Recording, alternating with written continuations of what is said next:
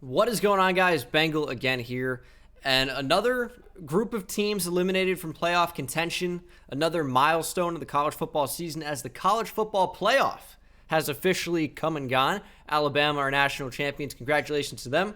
And this is kind of going to be like an overreaction type mock draft. We'll talk about it when we get into the video. Hit that subscribe button if you're not subscribed already. If you've seen on my channel recently, it's not that we're pivoting towards the NFL draft, but that's kind of what's happening. Going to be a lot of draft content, draft prospect breakdowns, and of course, everyone's favorite, more mock drafts. So make sure you're hitting that subscribe button so you are subscribed to the channel so you don't miss out on any of the videos. If you want to ask me about some draft stuff, we're talking all that all the time on Twitter, twitter.com/Bengal YouTube. Link is in the description of that, to Twitch, to everything, and a lot of it is a draft focused at this point in the year. And for me as a Giants fan, it has been for a long time. But again, thank you guys. The sport's been crazy recently. And let's get into it. Jags at number 1. I feel like every time we do these, it starts to get boring. But let's be honest. I mean, please don't text me. This is Trevor Lawrence at number 1. He's the best player in the draft at the most important position. The Jaguars, without a true franchise quarterback, I think this pick is very, very easy. And now here's where we get to the overreaction part of the college football playoff and the mock draft, because I see a lot of guys talking about, hey, the Jets need to take Devontae Smith now at number 2. I think that's absolutely ridiculous. I think Devontae Smith is a really, really good player. No one would argue that at all. The top 3 receivers in the class are all very, very, very good. You'd be lucky to get any of them. And I think Brad Kelly on Twitter, if you guys know him, said it best, that it feels disrespectful to any of these receivers to say, hey, that's number 3 in the class. That's the 3rd best receiver. That's WR3. But these guys are all so talented.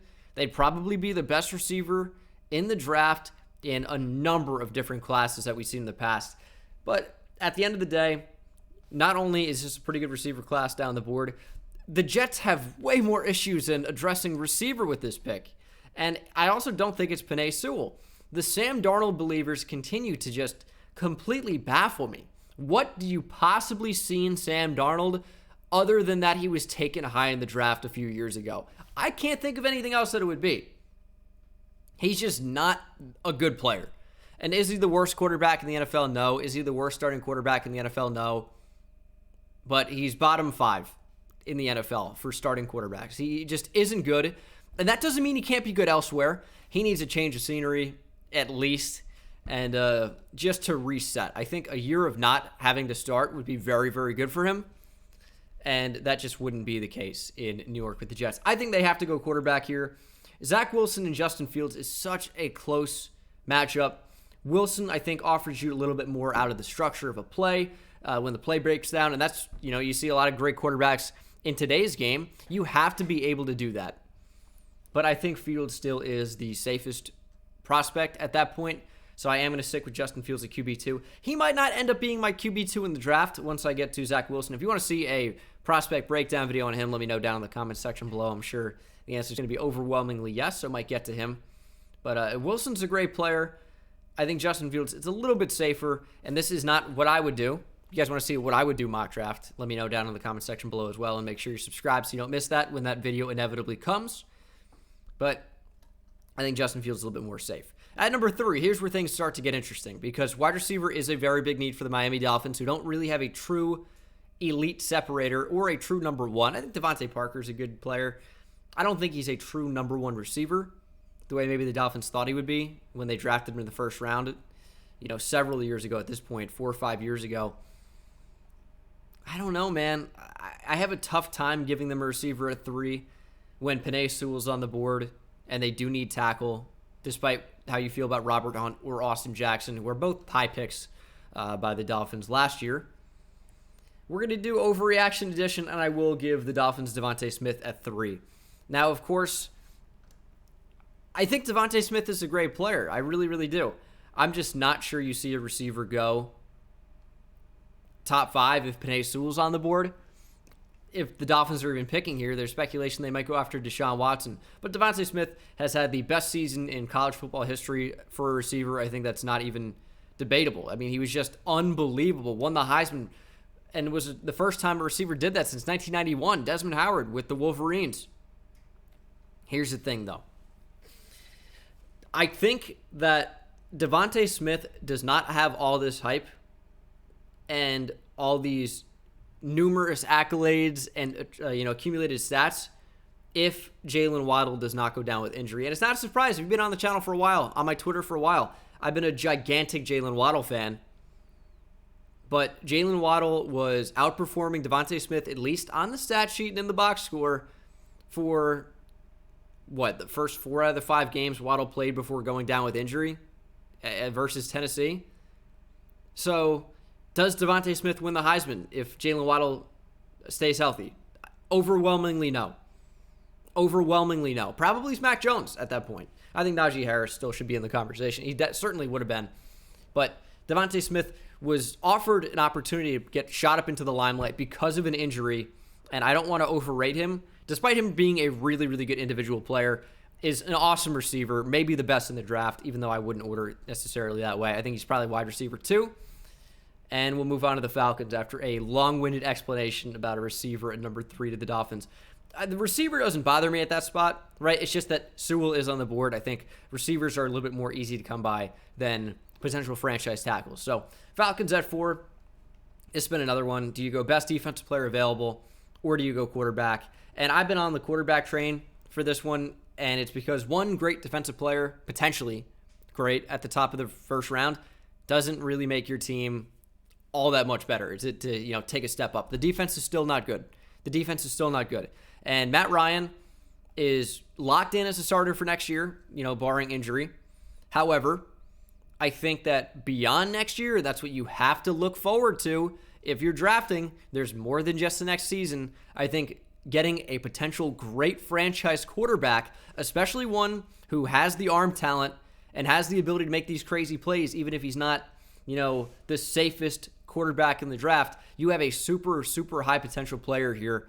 And I think sitting for a year, learning the system, and then potentially being the starter in 2022 when you have a chance to get, more defensive help through free agency, through the rest of the draft, and then in 2022 as well in that offseason, the Falcons could be a real threat if they take a quarterback at number 4, if he develops the way that you like him to. I think this has to be a quarterback, and we're doing no trades in this mock draft. My next one probably will have trades, but this has to be a quarterback if one of the top 3 is available at number 4 for the Falcons. At number 5, Penei Sewell, very easy.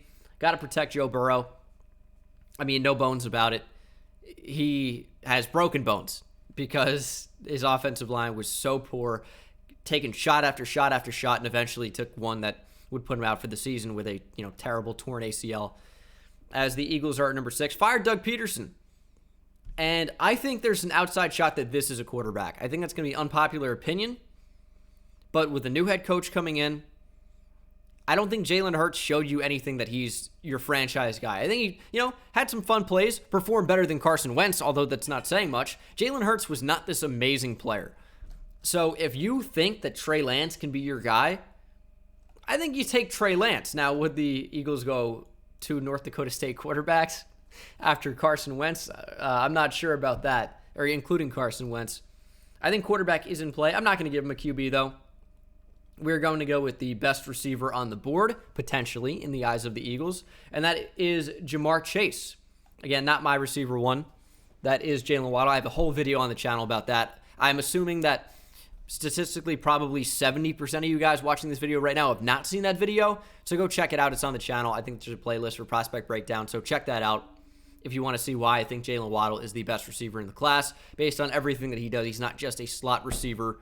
He's not just a little guy. He does a lot, better than that. But if Joe Brady goes to the Eagles, former LSU offensive coordinator, went to the Panthers as their offensive coordinator, and I was interviewing for a bunch of different teams, but he might go to the Eagles, and they need a receiver, among a bunch of other positions. Jamar Chase is a surefire difference maker, and he could reunite with his potential head coach, who was his offensive coordinator at LSU. So there's potential for that, in my opinion.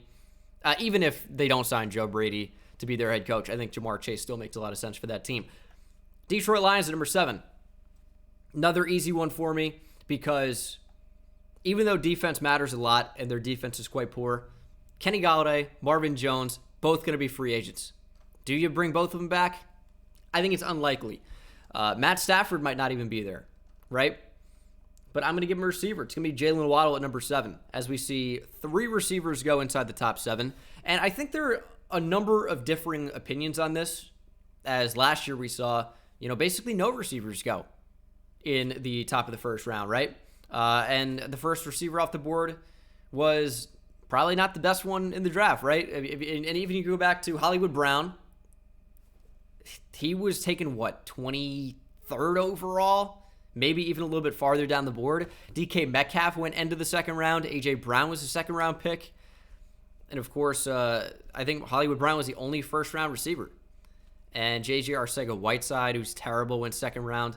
I think in a heavy receiver class like this one, instead of last year, how you saw receivers drop all the way down the board, or 2 years ago, excuse me, because I'm not mistaking the Jerry Jeudy, Henry Ruggs, CeeDee Lamb class, which was last year at this point for the Hollywood Brown, DK Metcalf. Terry McLaurin, of course, the best receiver of that draft class, in my opinion, for that draft class. I don't want to have people think I'm confused, but we saw receivers drop.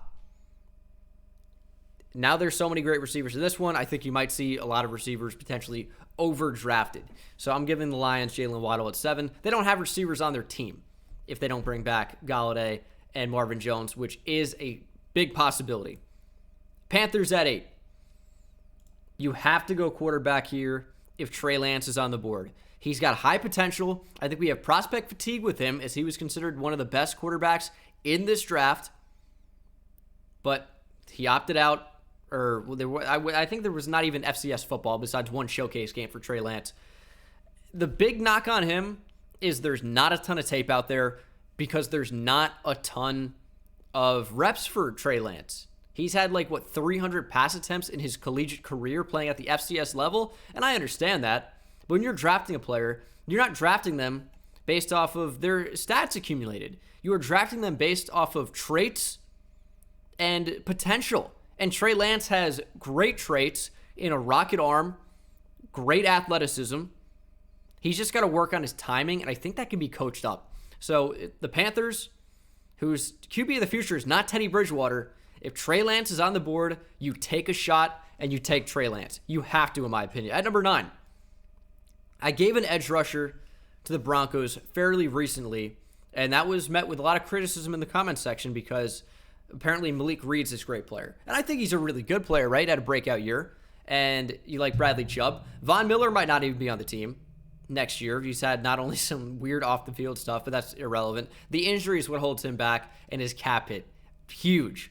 So you could use another edge rusher easily. They also don't have a surefire difference maker at linebacker, in my opinion. I know Josie Jewell's okay. I think A.J. Johnson, Alexander Johnson, whatever he goes by, is okay.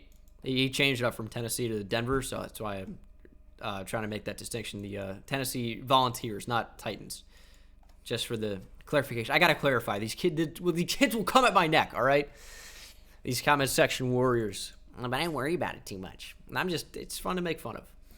I do agree, though, that cornerback is a super big need. And for the sake of both corners still being available at this point, I will give the Broncos a corner, and I will give them one that fits their scheme, and I think would actually be a strong pair with Michael Ojemudia and Patrick Surtain. Surtain's a good player, press man guy, physical at the line of scrimmage, not the best athlete in the whole world, but is technically savvy, and I think would be a nice pairing, nice CB2 potentially, maybe even the best cornerback on that team in a year or two. It's a very tough position. He reminds me a lot of Jeff Okudah coming out, in terms of not best athlete, press man, physical at the line. And people are going to oh man, Okudah sucked. I don't want Surtain. Okudah was taken number 3 in the draft for a reason, and it's because he was so technically good, and he was able to get his hands on you, and he's able to run and press man and bump and run. He was really, really good. And I think Surtain is probably a better prospect than Jeff Okudah was. I think C.J. Henderson might have been the best corner in that draft. Just technically wise, but injury and tackling issues held him back. Let me tell you something. Tackling is important for a corner. If you are knocking the better cover corner down because another corner tackles better, you're evaluating the position incorrectly, in my opinion. Cowboys at 10. They also need corner. Caleb Farley's on the board. I will give them Caleb Farley. I think that's maybe a Rashawn Slater spot as well. And now you put the Giants in a pretty tough position because the top stud receivers are all off the board. And I think that's their biggest position of need. But guess what? Linebacker's still on the board. And you take someone that fits a great 3-4 defense way. I think Micah Parsons can. Transitioning from the inside and the outside in a blitz-heavy scheme. Patrick Graham's coming back for another season as a defensive coordinator of the New York Giants. Micah Parsons fits the system really, really well. And even though I don't think he's a true edge rusher the way that some people do, I think it's the same way. If you think Micah Parsons is an edge rusher, you probably thought Isaiah Simmons could be an edge rusher at the next level. Production in limited attempts does not equal great pass rusher. Like, part of the reason that some of those guys are so great off the edge is because of the moment that they're coming off the edge. Isaiah Simmons is not an edge rusher, but was super effective coming off the edge at Clemson because he had very few opportunities to do so. I think like 70 total attempts and got 7 sacks or something in those pass rush attempts. It's because of the opportunities. They're not really coming by themselves very often, and the tackles really aren't expecting them to come by themselves if they were to. So I think he's definitely a decent edge rusher. I think it's a decent tool to have in his bag, but this is not an every down rusher. But as someone that can play off the ball, come in as a blitzer, whether it's, through the inside or the outside, there's value there. I think Micah Parsons should be the pick if he were available at this spot. 49ers at number 12. I think this would be a quarterback. I don't trust Mac Jones at 12 at all. So this becomes a little bit more difficult. I think the best player on the board at a position of need is Rashawn Slater. He's an offensive tackle with guard flexibility, big addition to their offensive line, and can play a number of different positions. I think my main thing with Rashawn Slater is I heard so much guard, potential center. And then you watch him play on tape, and he's just so technically savvy at tackle. Shut down Chase Young. I'm not sure that Rashawn Slater has to make a move, but I think he's so technically good that you could move him and have zero problems. So just best offensive lineman on the board for a team that could use one when there aren't great quarterbacks on the board, when you can take a corner later, maybe in the second round. I think Slater just best player on the board for them at that spot. Chargers at 13. I'm going to give him Christian Darrisaw here. We've been hyping him up for a while on the channel. I think he's a really good player. Had a very, very good year at Virginia Tech this past year. And the Chargers need a left tackle. Darrisaw is that. At 14, we got the Vikings. I think this is going to be a defensive tackle. It's a really, really weak position for them. Michael Pierce is going to be unopted out next season, but their defense was so brutal. And, of course, I understand. Offensive line's a big need. It always is. Corner's a need, despite what you think of Mike Hughes and Jeff Gladney taken in the first round last year. I think corners even need. Safety's a need with Anthony Harris and Harrison Smith potentially not only getting older, but leaving the team within the next year or two. I think, Anthony Harris played on the franchise tag, if I'm not mistaken. But I think that Davion Nixon had such a great year at Iowa, Big Ten Defensive Player of the Year, and is one of the few defensive tackles in this entire draft class that offers, pass rush at the interior D-line spot. Probably has a 3 technique. He's super, super good and adept at creating not only mismatches on the defensive line for edge guys coming in, but at actually winning individual matchups at D-tackle, which is huge. And if Michael Pierce comes back, that's somebody that eats up blocks. That's not an interior disruptor the way that Davion Nixon, I think, is. So maybe the best defensive tackle on the board. Patriots at 15. If he's available, I think you got to turn in your card as quickly as possible. Kyle Pitts. Patriots have loved their tight ends for the past, 15 years? Maybe a little bit less than that. I'm trying to think who is heavily utilized before Gronk. I know Benjamin Watson was solid for the Patriots, but I think it really took over with Gronk. And, of course, they had a killer combo there for a little while. I took a kid out of Florida, and they're taking another Florida tight end with this one. Hopefully Kyle Pitts doesn't murder people as frequently as the other one, in Aaron Hernandez. But really, really good player. I think he's a mismatch. I don't think he's a sheer tight end the way that we kind of picture tight ends to be. I think he's a weapon. He can line up on the outside, and he's a mismatch all over the field. 16, we have the Arizona Cardinals. It's an interesting spot for them. It really is. If you don't bring back Kenyon Drake, who are you trusting at running back? Eno Benjamin? I liked Eno Benjamin at Arizona State, to be honest, but I think it's a little bit too early. I mean, could you go with a track star in Travis Etienne to add another weapon on that offense? I think that's in play, but I think if J.C. Horn is on the board, I think you go with him. Like J.C. Horn as a player, he could be adept to penalties at the next level. He just needs to let go. His cover ability is really, really good. Just loves to just grab on, hold on, and I think that's defensive holding. That's defensive pass interference at the next level. But I think that's cleanable. That you can clean that up with coaching. So J.C. Horn, potential number one corner on the outside. Patrick Peterson is not it anymore. Byron Murphy I like, but I don't like him as a CB1. I think that was a weaker corner class. Byron Murphy was my CB1 in that class, if I recall correctly, which I think I should. But I'm not sure that he's a CB1 at the next level after we kind of seen what Byron Murphy offers, at least up to this point. At 17, we got the Raiders. Raiders are in an interesting spot. I'm not sure that this has to be an edge guy. I know edge is their apparent top team need, but Furl came a long way this past season before going down with injury. I like Max Crosby. I think linebacker is pretty weak. I know that people like Nicholas Morrow, Nick Kwiatkowski. I don't really love Corey Littleton. I don't think those guys have done a tremendous job. I think Morrow's been a nice surprise. I think Kwiatkowski's been a pretty good player. But I'm not sure if you can get by with nice surprises and, he's playing well for what we expected. I don't think that's great. If Jeremiah Owusu-Koramoah or Zaven Collins is there, I think that should be highly considered. But I also think that Kwity Paye is probably too good a value to pass up here at number 17. And it kind of fits that Mike Mayock draft meta, which is highly recruited player at a prestigious school. And then he started to get that production up. He's a really solid run defender and the best way I can describe him as a pass rusher is just relentless. Don't think he's the fastest guy. And he's maybe more of a 3-4 defensive. And he's kind of got like the Max Crosby build.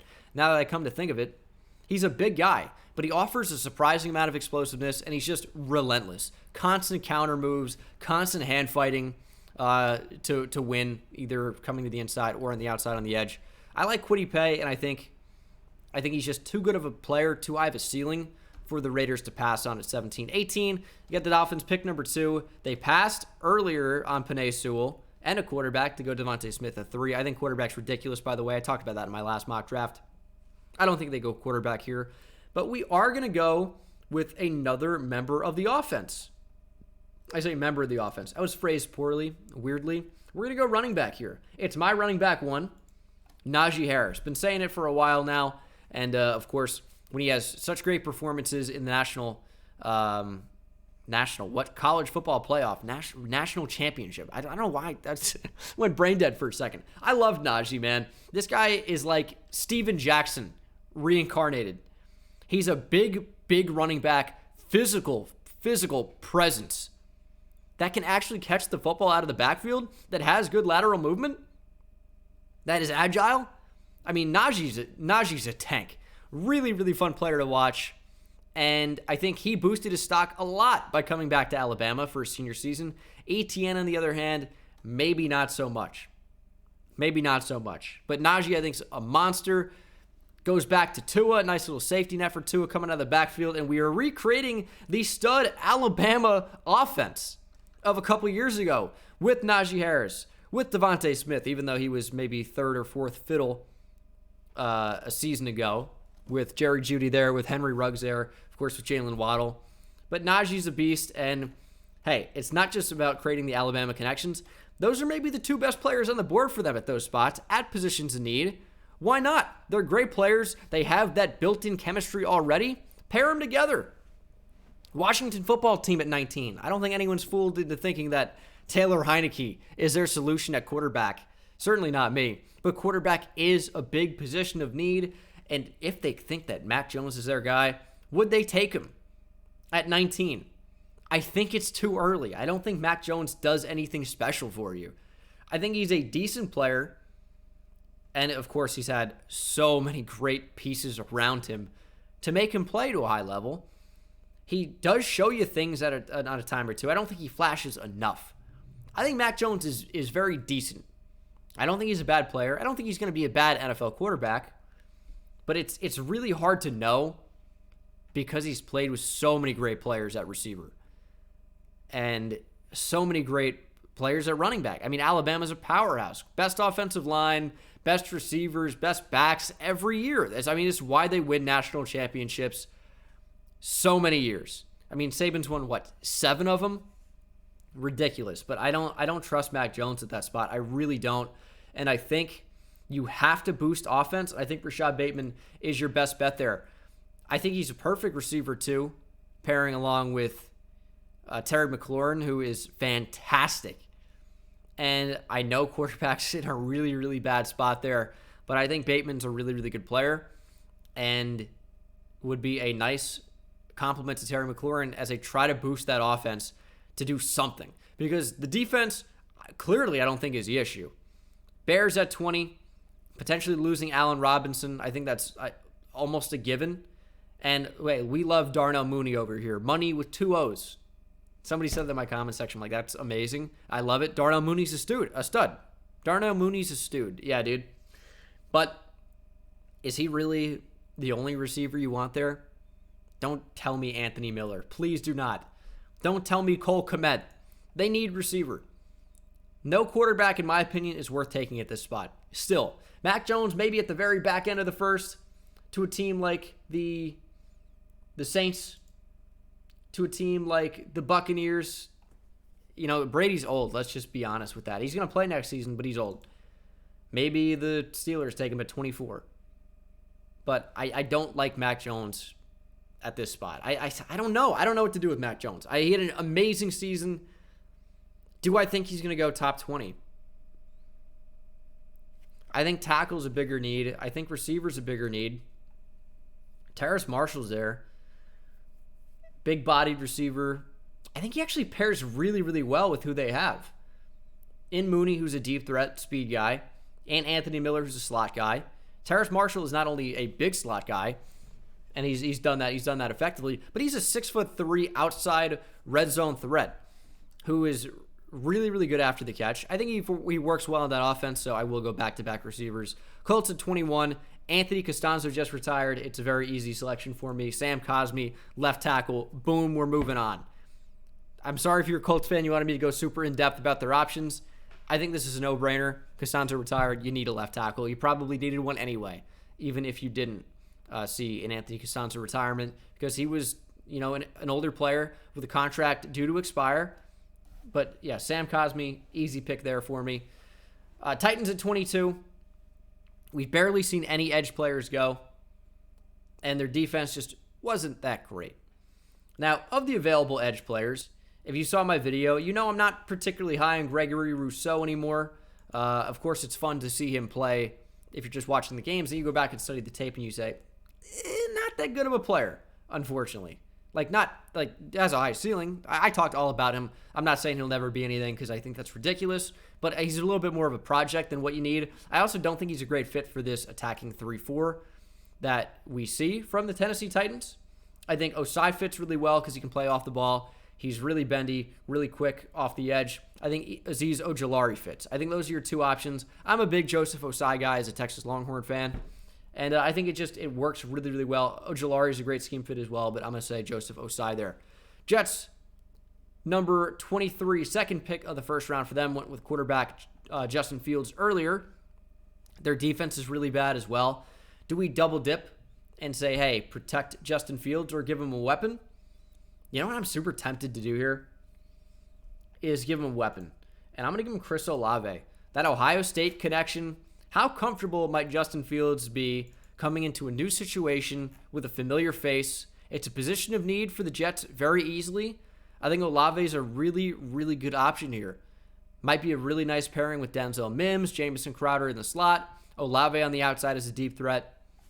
I think this one makes a lot of sense. Could go running back there, could go tackle, could go corner, could go edge rusher. The Jets have unlimited possibilities at 23 because their roster is pretty poor.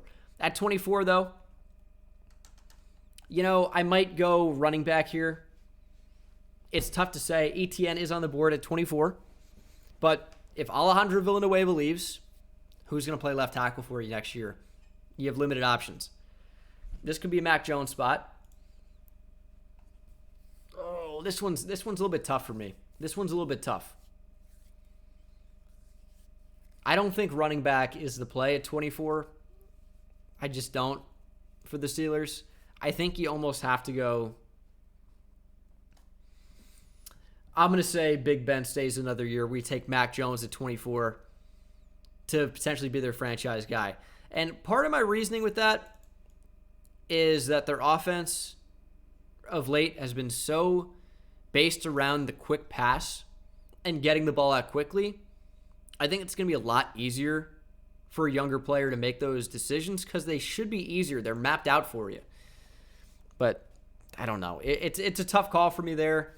If they think Mac Jones is the guy, I think you take him there at 24. I don't really think that Mac Jones is worth a first-round pick. But if he develops into your franchise guy, I think you do that 100 times out of 100. But that's a big if. At 25, took Trevor Lawrence earlier with the Jaguars. What do you do now? Offensive tackle, in my opinion. And that is because, and we'll go Jalen Mayfield. I think that makes a lot of sense there. That's because Cam Robinson's a free agent. Who's going to play left tackle for them next year? Young kid out of Michigan, offers you a lot, and offers you protection for Trevor Lawrence, which is huge. At 26, a player I most like here is probably Zaven Collins for the Browns. He is right here at 24. He's a guy with edge flexibility, but I don't like him as a true edge, but he is huge. 6'4", 260, but he can play off the ball because his movement is so great. Like Zaven Collins a ton, and linebacker is a particularly weak position for the Cleveland Browns, who I think should look to address their defense with this pick. At 27, we have the Tampa Bay Buccaneers. Wide receiver could be a bigger position of need. Antonio Brown, 1-year contract. Chris Godwin, expiring contract. So what does that leave you with? Scotty Miller and Mike Evans. Now, I know that sounds like an exciting tandem. I'm not sure it's the best combo there. Shaq Barrett is a free agent. That's why you see edge there. And then at running back, Rojo is decent, although not exceptional. I don't really think you go running back with this pick if you're Tampa. I think you probably go edge. I think it's probably Azeez Ojulari. I think he makes more sense for that defense. I think Rousseau is just a more 4-3 versatile type player. I think Jalen Phillips is a 4-3 defensive end. And I think if you're looking for a Shaq Barrett replacement, you go with an athletic, potential 3-4 outside linebacker. And to me, that's what Azeez Ojulari is. Even though he doesn't move particularly well in space, it fits. It does fit. Baltimore Ravens at 28. Edge is a need here. Their interior offensive line has started to play better. I will give you that. They don't have a true weapon at receiver, though. Hollywood Brown is not it. Willie Snead is not good. He's got good hands. You need someone that is a difference maker, and they just don't have that. So we go to receiver here. Who's a difference maker of the players available? Well, Kadarius Toney is a gadget weapon for you. That can be a big slot mismatch. Amon-Ra St. Brown's available. I think he offers you a lot. I'm a big Amon-Ra St. Brown guy. A little bit taller of a weapon if you're looking for something opposite Hollywood Brown. But I don't hate Kadarius Toney here. He's a separator that does a lot of damage underneath and then uses that to get extra yardage after he has the ball in his hands. And for a Baltimore Ravens offense that does like to do a lot of things working in the backfield, whether that be with motions or a lot of design quarterback runs, a lot of read options, I think Kadarius Toney and some RPOs would be really, really good because you have the option with Lamar Jackson to run. You have a great backfield with J.K. Dobbins, Gus Edwards. So in an RPO where it relies on the quick pass, if you decide to throw it, get Kadarius Toney in there and let him move and operate in space. And he'll create that space with the ball in his hands. Also, he's a really good separator. I think this is a slot weapon. Hollywood Brown, as much as he's a little guy, I don't really see him as a slot guy. I think he's a deep threat that can play on the outside. I think you need another weapon. I think Kadarius Toney could be that. Florida connection. Of course, Matt Elam, former Florida safety, took him in the first round. That worked out great. Saints at 29. I think you probably want to go quarterback here. Do you like Kyle Trask at 29? Hype's died down on him a little bit. It's just he's not a great athlete, and he doesn't have the most amazing arm on the planet. I think it's definitely average to above average, but it's not anything special. And when you combine that with limited mobility in the pocket, what do you really have there? I mean, you have a great mind who's accurate, and there's a lot of value to that. There really is. But what is his ceiling? That becomes the question that the Saints must answer. But at 29, I think we address defense.